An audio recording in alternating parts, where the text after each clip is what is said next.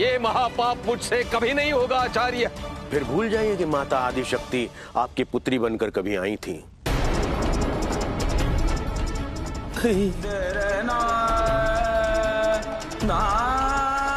मैं अपनी माँ के बिना नहीं रह पाऊंगा आचार्य, मैं अपनी माँ के बिना जीवित तक नहीं रह पाऊंगा।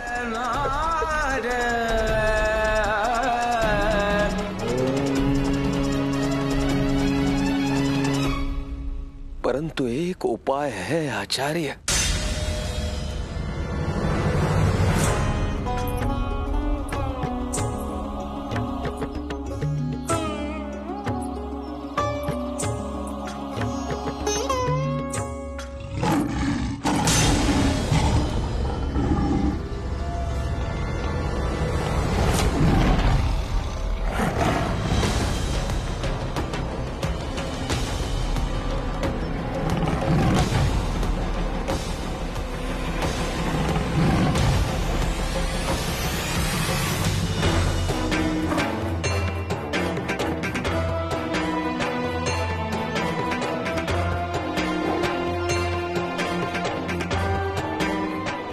माता, इस सेवक को भी अपने साथ अमरनाथ चलने की आज्ञा दे दीजिए।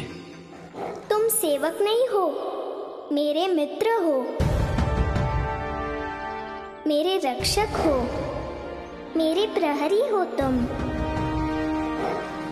तुम्हें हमारे साथ चलने की आज्ञा है। हमारी टोली में आपका स्वागत है मित्र।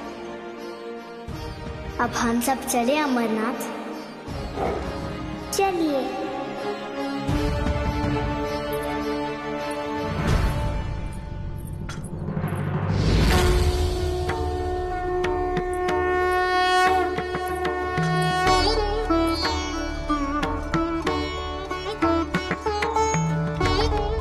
इस सिंह की भी कोई कथा है क्या नंदी जी?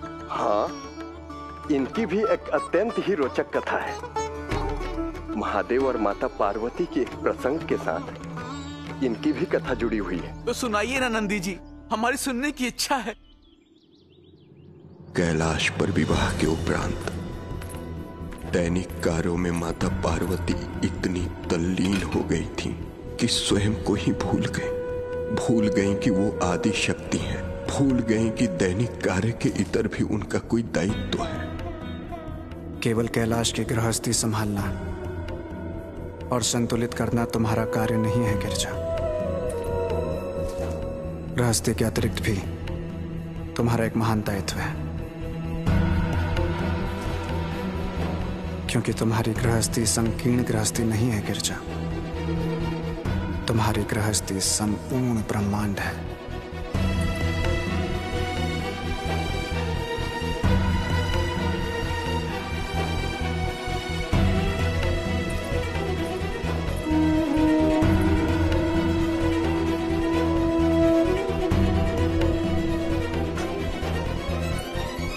महादेव, शीघ्र चलिए महादेव, भोजन तैयार है। अरे तनिक विश्राम तो कर लो। विश्राम का समय नहीं है महादेव, बहुत सारे काम है मुझे। चलिए। पार्वती सुनो तो। क्या महादेव, शीघ्र कहिए। ये क्या दशा बना ली है तुमने अपनी पार्वती? गृहस्थी और रसोई के कार्य में तुम स्वयं को भी भूल गई हो। मैं वही तो हूँ महादेव, क्या भूली हूँ? सौंदर्य बोध, साज श्रृंगार, धीरता गंभीरता मुझको।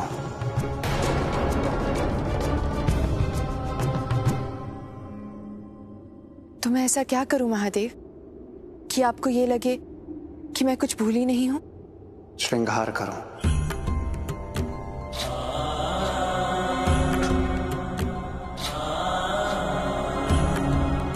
मेरे समीप आकर बैठा करो। देखो ना, गृहस्थी के कार्य में तुम्हारा रंग कितना धूमिल हो गया है। मेरे उज्जवल कांतिमय पार्वती रसोई के धुएं से बिल्कुल श्याम रंग की हो गई है। मैं आपके व्यंग्यार्थ समझ गई महादेव। आपको मेरा ये धूमिल कांतिहीन स्वरूप पसंद नहीं है ना? तो ठीक है, जा रही हूं मैं यहां से तप करने,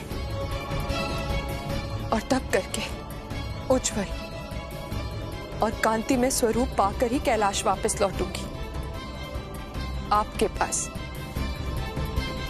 ताकि आपके प्रेम की कांति कभी कम ना हो। नहीं उमा, मेरा ये आशा।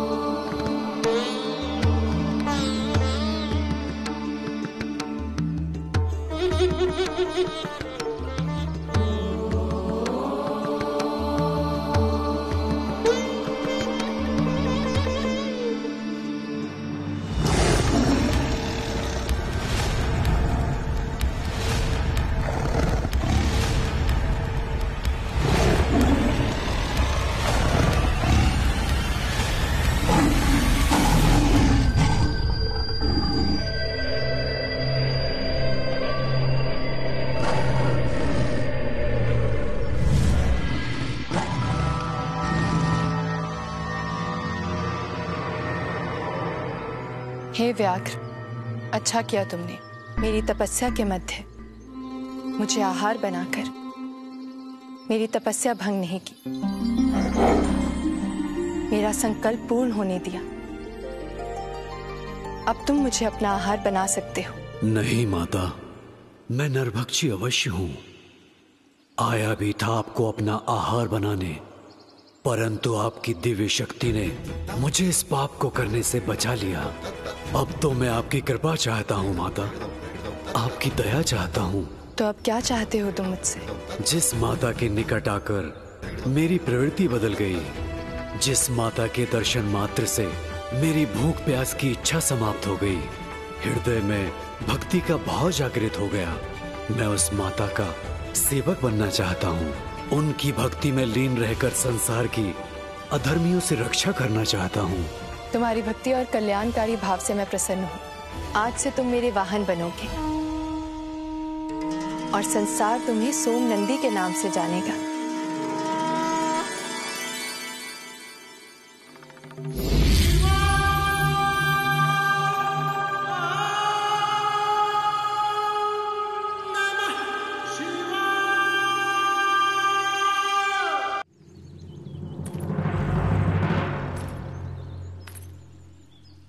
पार्वती, एक नरभक्षी भी तुम्हारी भक्ति का कृपा पात्र बनना चाहता है। इसका अर्थ है भक्तों पर दया और करुणा ही आदि शक्ति का दायित्व है। यदि तुम अपने दायित्व से विमुख हो जाओगी, यदि तुम गृहस्थी को ही प्राथमिकता दोगी, तो यह संपूर्ण संसार माता के बिना अनाथ हो जाएगा। तो उनके दुखों और कष्टों को कौन उबारेगा पार्वती?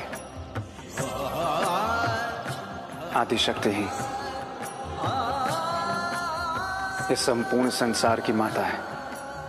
गृहस्थी को ही सब कुछ मानोगी और अपने स्वजनों के लिए ही सब कुछ करोगी, तो इस संसार का क्या होगा? गिरिजा, मैंने तुम्हारे रंग पर जो टिप्पणी की थी वो तुम्हें आहत करने के लिए नहीं की थी, बल्कि इसलिए की थी ताकि तुम गृहस्थी की परिधि से बाहर आ सको, ताकि तुम्हें क्रोध आ जाए और उस क्रोध में तुम उस कार्य को तिलांजलि दे दो। पार्वती, मेरा प्रेम तुम्हारे लिए भौतिक और दैहिक नहीं है, आध्यात्मिक है, जिसका एक विशेष महत्व है, एक विशेष उद्देश्य है, जिससे तुम समय समय पर परिचित होती रहोगे। फिर भी मेरी बातों का अगर तुम्हें दुख पहुंचा हो तो मैं उसके लिए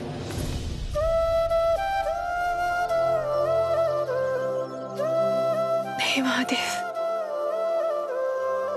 नहीं।